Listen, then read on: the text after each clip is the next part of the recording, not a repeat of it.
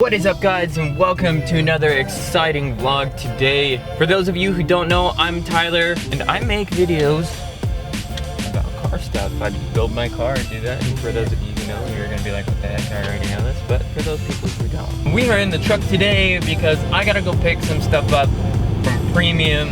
I gotta pick up my bumper because we had some prepping issues and some vinyl issues sticking to the primer and stuff like that, as well as I gotta pick up my spare wheels from Nifty build. So we're in the truck today and not the Genesis.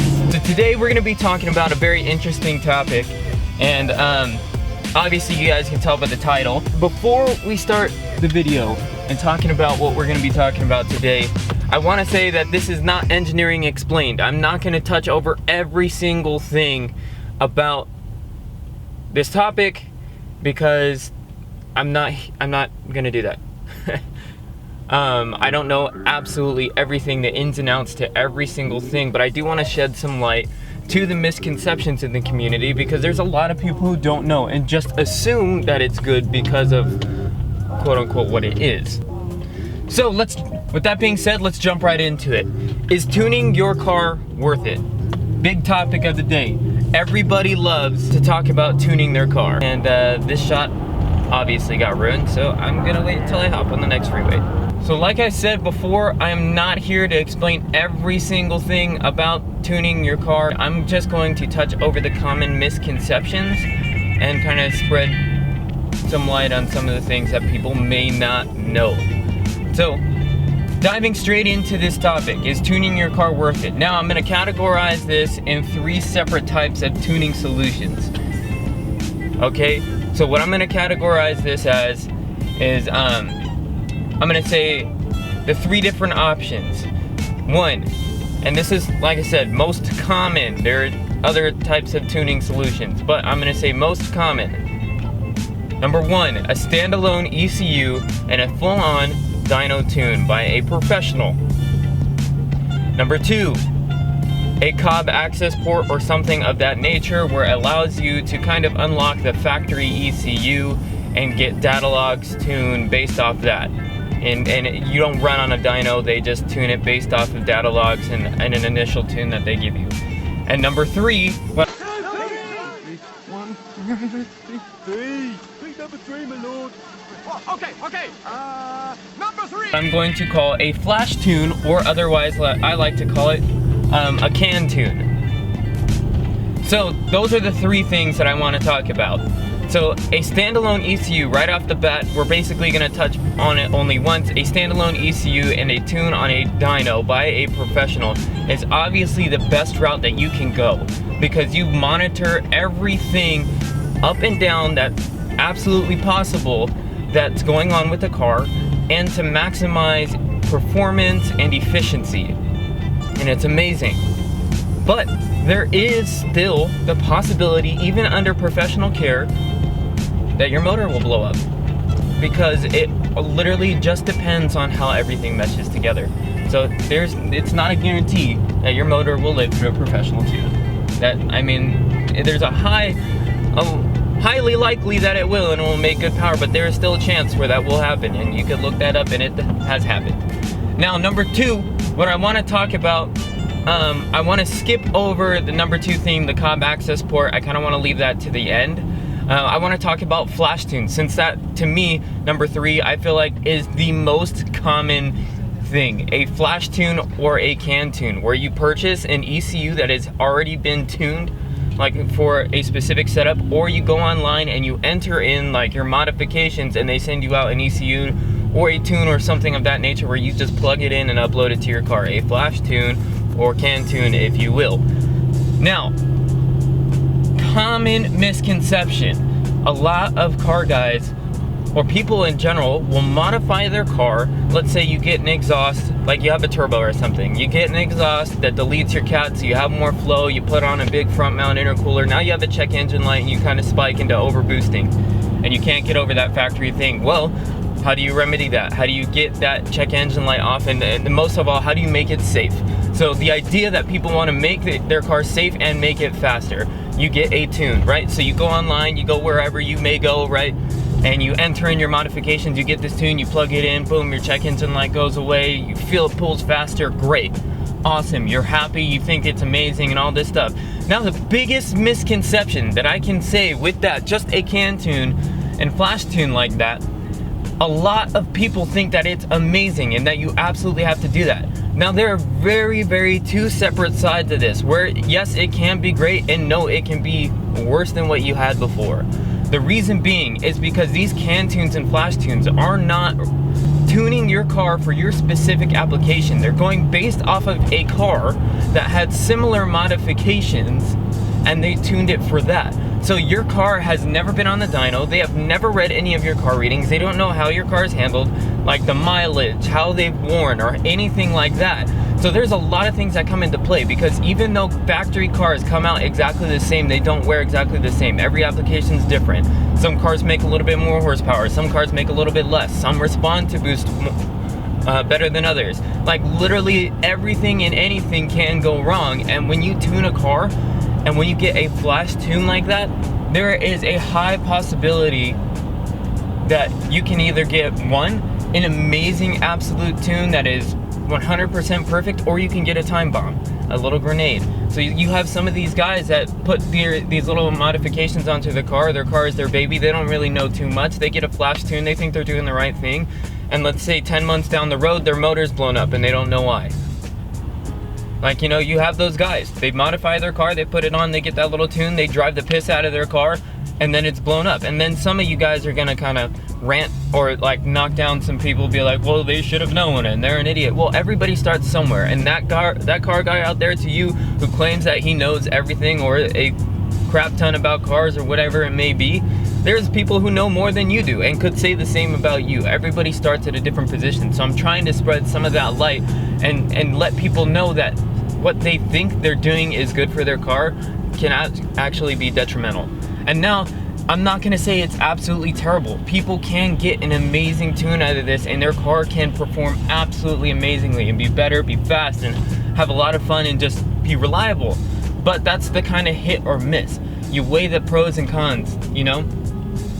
You could absolutely, like I said, get an amazing tune out of this, and your car be amazing, handle amazing, respond amazingly, and just absolutely, you know, all around be a good tune. Or you could not. That's the thing, because it's not tuned for your car specifically. None of your readings, your airflow ratios, your, you know, anything, your temperature, like your oil pressure, anything and everything, nothing has been read for your car. They just kind of jammed it in there assuming that your car can handle that. Now, granted, on a flash tune or a can tune, normally they do not ever approach the limits at which that's capable of. So let's say you get a flash tune with your front mount intercooler and your exhaust, and you tune the car, and let's say on the dyno, like you just go to dyno it to the wheels to see what the car made, not to get it tuned, and it makes 260 wheel horsepower. And you're like, great. Guaranteed, almost guaranteed, a professional tuner with a standalone ECU and nothing else done to it, literally the same modifications, just a standalone ECU and a professional dyno tune, I guarantee you that car will make a lot more than that did.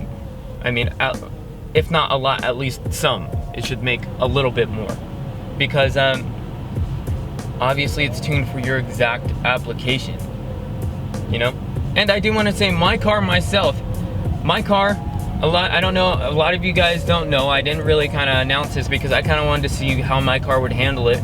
A couple months back, I want to say like 4 or 5 months ago, my car was given a flash tune, like I was just talking about, by KharTunerz.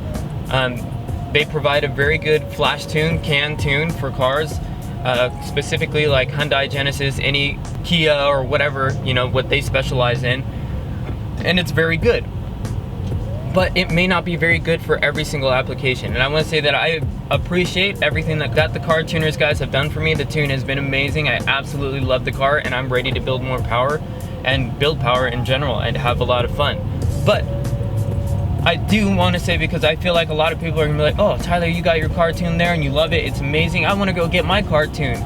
Now, I do want to let people know that there are some things that you have to keep in mind when you do that. Just not gung-ho, oh yeah, my car is tuned, it's great. And I feel like that's a common misconception. Now, moving forward to that, and I have the can tune and everything like that, I will be doing a full standalone ECU, and I will be tuning it professionally and building the motor and everything like that. So this was literally only a temporary fix that they said that I would enjoy the car more, that they can make the car more enjoyable for me until I build power. So I agreed to doing it. Again, thank you, KharTunerz. You guys are amazing. I can't wait to come see you guys and build power out of my car, because it's gonna be sick. They build crazy power out of some of these cars, and let me tell you, the numbers that we're gonna be shooting for are not gonna be anything short of amazing. So just wait on it. Now let's move forward from all that stuff. Not enough about my car and all that jazz. Now let's move on to the access port. Now the access port is kind of the same thing. You kind of get a flash tune, you get a feeling of, you know, what they tune. You have a tune for your car that is not specifically meant for your car, with no readings or anything like that. But the difference with the access port or something similar is that they can data log. Now this is a big key, because now it is reading how your car is responding to your tune or whatever it may be. You can take literally any of your data logs, your fuel ratios, anything that you need from that your car can read from that ECU, and what the cob access port or whatever it may be can read. And you can take all that information and apply it, and then you can send it over to the tuner, the person or wherever you may have gotten it from, and they can tune it based off of that. So it's kind of like, you know, it's taking real life situations and how this car is reacting, the health of the motor and everything like that, and they can tune it accordingly. Now, again, it's not gonna be as great as a standalone ECU and a professional tune on a dyno. It's not, but it's gonna be a hell of a lot better than a flash tune or a can tune. And now the biggest thing for the cob access port I see is a lot of people treat it as a flash tune or a can tune. They plug it in and they say it's ready to rock, ready to go, and they never do any data logging, and they keep it the same. If you have that, you are missing out on a lot, and you are, you know, risking the life and the you know, of your car and the motor, because you don't know what's going on. You may have a ticking time bomb.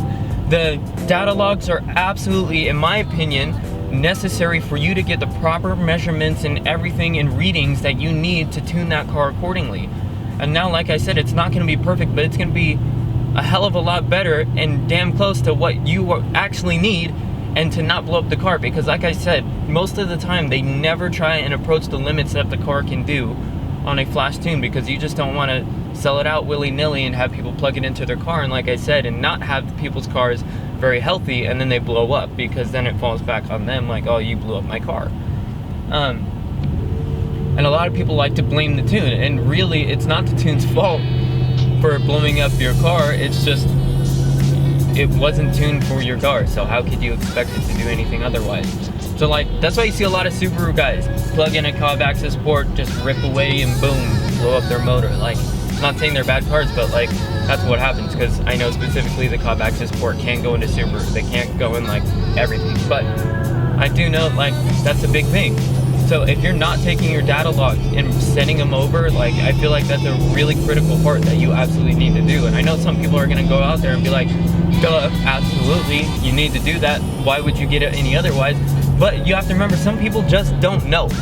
And some people are gonna rip on people, be like, well, you should at least do some research and know what you're doing to your car before you do it. Yeah, you should, but a lot of people don't have that time and effort. They just want a cool car. They just want their car to be a little bit faster. They put some modifications on it, and they're happy with that. They don't have to be total absolute car guys or gearhead or know everything about cars to want to enjoy a car and want it to be faster.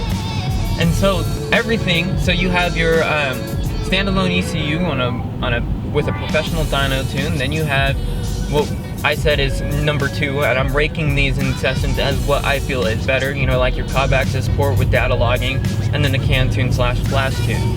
And now each thing can be beneficial to your car greatly, some more than others, but they can all equally be as bad. You can see the same exact result at every single level, where it ends in detonation. Your motor is blown up and your car no longer works.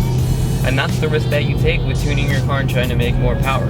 You You know, you take the reliability of something that is engineered to just run and be efficient at the state that it's at, and when you modify it to maximize its potential, you then approach the limits of what it's capable of. And that in and of itself is dangerous, because you know, you never know what your motor is doing, how things are wearing on the inside, bearings, rods, whatever it may be.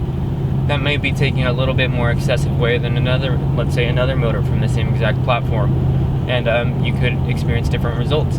That's why you see people with the same exact setup, turbo, intake, manifold, whatever, and every single one of them makes different power. It may be 1 or 2 horsepower different, but it is different. Things respond to things differently at different boost levels. Tuning your car, is tuning your car worth it? Absolutely, tuning your car is worth it. You just have to weigh the pros and cons, and you kind of have to determine yourself, are you willing to take the risk? Because it could be great, or it could not be great. So thank you guys so much for watching this video and supporting what I do. I know this video isn't for everybody, and we absolutely did not touch on every single tuning possibility or what tuning does and everything like that. There are videos that you can watch that can explain that to you if you want to know what that is. With that, I want to say thank you guys so much for watching this video. If you guys like this video, go ahead and check my other content. Most of all, subscribe for more content. We have a bunch more stuff coming soon. I'm really excited. I hope to get my bumper back soon. We kind of have a problem wrapping my bumper at premium. The primer on there really isn't mixing well with the wrap, and it's not wanting to bond, so we're gonna have to try and figure out something with that. So I gotta pick it up today and then try and see if we can prep it a little bit differently. I don't know. With that being said, thank you guys so much. Catch you guys in the next one. I'm out.